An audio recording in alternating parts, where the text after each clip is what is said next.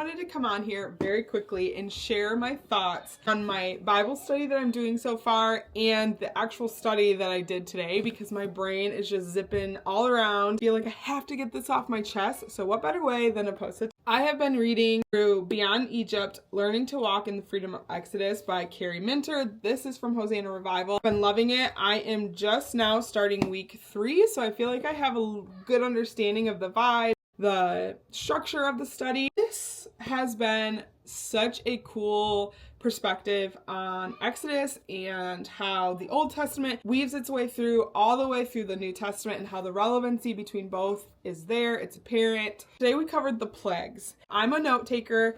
I love to write in my Bible, and generally when I'm doing my Old Testament studies, I don't write as much just because it's the Old Testament. It's not as easy to apply to everyday life, but I just wanted to show you. Here we are. So starting here, I really was able to write and highlight quite a bit. Really loved the way she had us navigate this. So every plague, we had a chart.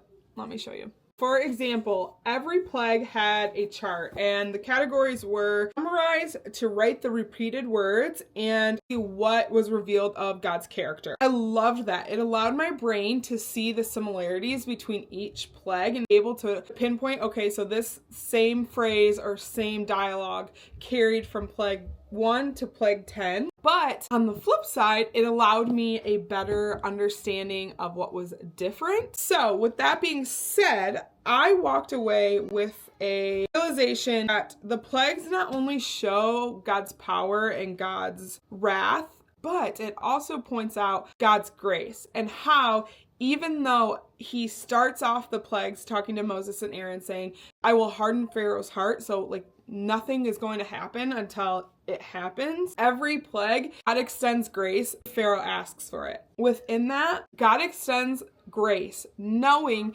Pharaoh is not going to stick with what he's promising Moses and Aaron he'll do. He knows it, yet he still stops the plague for Pharaoh. It was just kind of one of those moments where I was like, oh wow, like God is extending his grace, knowing Pharaoh will not hold to his word, yet he still extends it. And I just thought that was so cool. I was like, what better example for us to walk by than God himself showing us that grace is unconditional, that grace should be offered and grace should be extended, even if you know in your soul, in your deep down heart, that that person probably will do it again. Highly recommend taking time to read through the Old Testament. I even more so though recommend doing it with a study, because these have been some of my favorite studies, the Old Testament studies I've done this year. It's now my third. This is now my third of the Old Testament studies this year. Cannot recommend them enough. God, they've been my favorite. Bye!